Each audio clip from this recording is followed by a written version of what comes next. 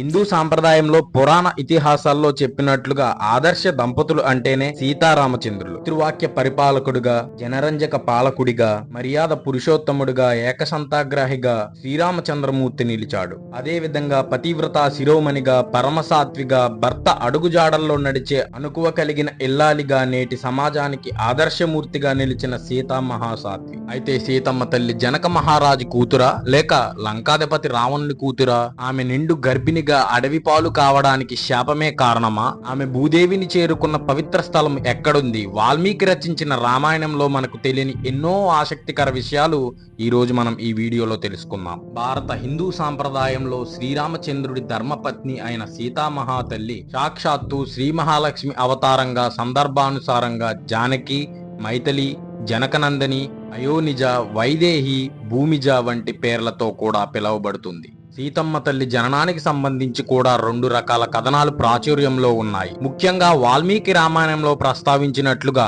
మిథిలాపుర రాజైన జనక మహారాజు ఒకనాడు యాగం చేస్తూ భూమిని దున్నుతుండగా నాగలికి ఒక పెట్టె అడ్డుపడింది. ఆ పెట్టెలో అందమైన మొఖ వర్చస్సుతో ఒక పసిపాప కనిపించింది. ఆమెకు సీత అని పేరు పెట్టి జనక మహారాజు ఆయన భార్య సునైన ఇద్దరూ కలిసి అల్లారు ముద్దుగా ఆమెను పెంచుకున్నారు. భూమిలో దొరికినందువల్ల భూదేవి కుమార్తెగా గర్భమున జన్మించలేదు గనుక ఆమె అయోనిజ అనే పేర్లతో పిలువబడింది. ప్రస్తుతం నేపాల్లో ఉన్న జనక్పూర్ సీతాదేవి జన్మస్థలంగా ప్రసిద్ధి చెందింది. మరో పురాణ కథనం ప్రకారం వేదవతి అనే ఒక స్త్రీ మహావిష్ణువు భర్తగా పొందాలనే కఠోర తపస్సు చేసే సమయంలో ఒకరోజు లంకేశ్వరుడైన రావణాసురుడు ఆమె రూపాన్ని, సౌందర్యాన్ని చూసి మోహించి అగౌరవంగా ప్రవర్తించాడు. తన తపస్సుకు భంగం కలిగించడమే కాకుండా కుమార్తె వంటి తనను అవమానించినందుకు ఆమె అగ్నిలోకి ప్రవేశిస్తూ పునర్జన్మ పొంది రావణాసురుడి కుమార్తెగా జన్మించి అతని వినాశనానికి కారణం అవుతానని శపించి తన ప్రాణాలను త్యాగం చేసింది. ఆ శాపం ఫలితంగా వేదవతి రావణాసురుడు, మండోదరి దంపతులకు మొదటి సంతానంగా జన్మించింది. అయితే ఆ బిడ్డ వలన రావణాసురుడికి ప్రాణగండం ఉందని జ్యోతిష్యులు హెచ్చరించడంతో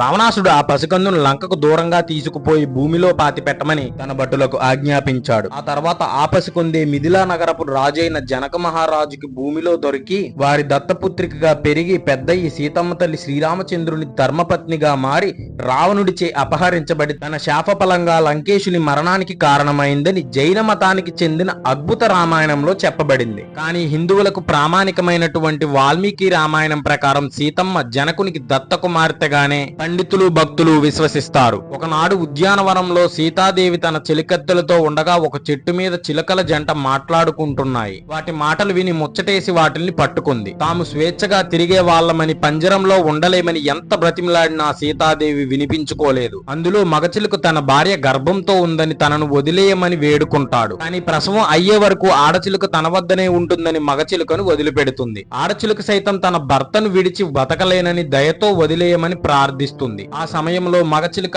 ఆవేదనతో ఏడుస్తూ ఉంటుంది. తన ఆవేదనను చూసి ఆడచిలుక గుండె పగిలి సీతను చూసి, ఎంత కఠినరాలువు నీవు, గర్భవతి అయిన నన్ను నా భర్త నుండి విడదీశావు, కాబట్టి నువ్వు కూడా గర్భవతి అయినప్పుడు నీ భర్తకు దూరమై దుఃఖపడతావు అని శపించింది. అలా శపించి తన ప్రాణాలను విడిచిపెడుతుంది. ఎంతో బాధతో మగచిలుక కూడా, నా భార్యను అన్యాయంగా చంపేశావు కాబట్టి నిన్ను నీ భర్త విడిచిపెట్టడానికి మూల కారణమైన చాకలివాడిగా నేను జన్మించి పగ తీర్చుకుంటానని వెళ్లి గంగా నదిలో దూకి చనిపోతుంది. ఈ శాపం ఫలితంగానే నిండు గర్భిణిగా ఉన్నప్పుడు సీతమ్మ తల్లి శ్రీరామునికి దూరమై అడవిల పాలయ్యి పడరాని కష్టాలన్నీ పడిందని అందరూ నమ్ముతారు. సీతమ్మ తన తల్లి భూదేవిని చేరిన పవిత్ర స్థలం ప్రస్తుతం ఉత్తరప్రదేశ్ రాష్ట్రంలోని బాదోహి జిల్లాలో ప్రయాగ్రాజ్ వారణాసిలకు కలిపే జాతీయ రహదారికి 4 కిలోమీటర్ల దూరంలో ఉంటుంది. తన కవల కుమారులైన లవకుశులను వారి తండ్రి సాక్షాత్ శ్రీరామచంద్రునికి అప్పగించి తరువాత తన తల్లి అయిన భూదేవి ఒడిలోకి చేరిన ప్రాంతంగా ఈ ప్రాంతాన్ని సీతా సమీహిత్ స్థల్ అని పిలుస్తారు. అయోధ్య పట్టపురాణి అయిన సీతమ్మ తల్లి 14 సంవత్సరాల వనవాస కాలంలో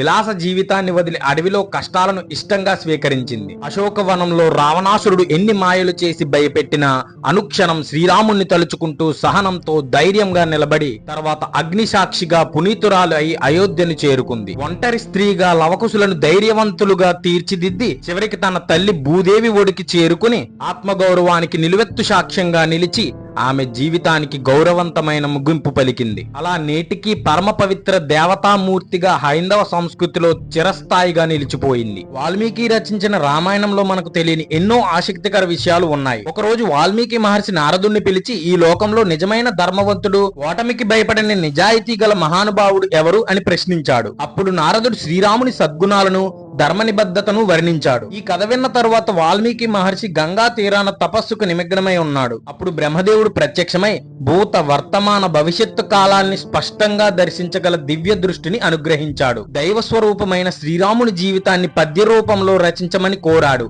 ఆ విధంగా వాల్మీకి తన దివ్య దృష్టితో ముందే శ్రీరాముని జీవితాన్ని తెలుసుకుని చరిత్రలో శాశ్వతంగా నిలిచిపోయే ఆదికావ్యమైన రామాయణాన్ని రచించాడు. రామాయణంలో మొత్తం 24,000 శ్లోకాలు ఉండగా ఋగ్వేదంలో ప్రస్తావించిన గాయత్రి మంత్రంలో 24 అక్షరాలు ఉంటాయి. ఎందుకంటే రామాయణంలో ప్రతి 1000 శ్లోకాలకు తర్వాత వచ్చే మొదటి అక్షరం నుండి ఈ గాయత్రి మంత్రం ఏర్పడింది. శ్రీరామునికి లక్ష్మణ, భరత, శత్రుఘ్నులు అనే సోదరులతో పాటు శాంత అనే సోదరు కూడా ఉందని మీలో ఎంతమందికి తెలుసు? దశరథుడికి ఆమె రాణి కౌశల్యకి కుమార్తె అయిన ఆమె నలుగురి సోదరుల కంటే చాలా పెద్దది. రోమపాద రాజు అంగదేశ రాణి వర్షిణీలకు సంతానం లేకపోవడంతో దశరథ మహారాజు తన కుమార్తెని శాంతను వారికి దత్తత ఇచ్చేశాడు. శ్రీరాముణ్ణి శ్రీ మహావిష్ణువు అవతారంగా భావిస్తారు. కానీ ఆయన సోదరులు ఎవరి అవతారాలో మీకు తెలుసా?